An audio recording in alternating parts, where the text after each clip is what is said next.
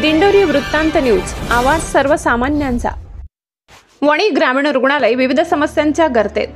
आदिवासी भागात आरोग्य सेवा पुरविण्याची मुख्य जबाबदारी असलेल्या महाराष्ट्र शासन आरोग्य विभागाच्या वणी ग्रामीण हेच समस्यांच्या गर्तेत सापडले।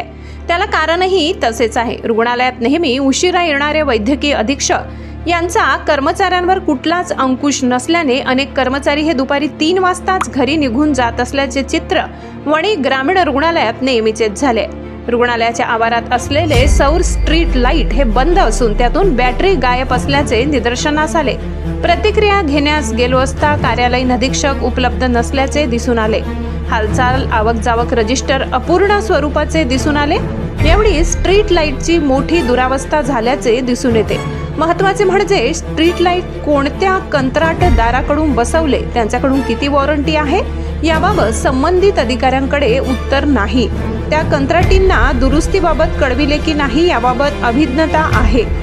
एक स्ट्रीट लाईट किती दिवसापासून सुरू बंद होते तर चक्क 2 स्ट्रीट पोलवरील बॅटऱ्या गायब झालेल्या आहेत। त्या कोणी चोरल्या व कोणी विकल्या याबाबत ग्रामीण रुग्णालयातील प्रशासनाचे दुर्लक्ष आहे।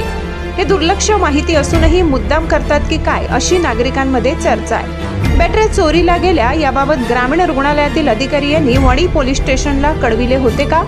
कळविले असल्यास कधी कळवले व त्यावर काय तथ्य निघाले त्याबाबत जिल्हा शल्य चिकित्सक चारुदत्त शिंदे यांनी सीसीटीव्ही फुटेज तपासून वणी ग्रामीण रुग्णालयाकडून अहवाल घेऊन संबंधित हलगर्जी करणाऱ्या वणी ग्रामीण रुग्णालयातील प्रशासकीय अधिकारी व कर्मचारी यांची खाते चौकशी करू कठोर कारवाई करावी असे नागरिकांचे आवाहन आहे।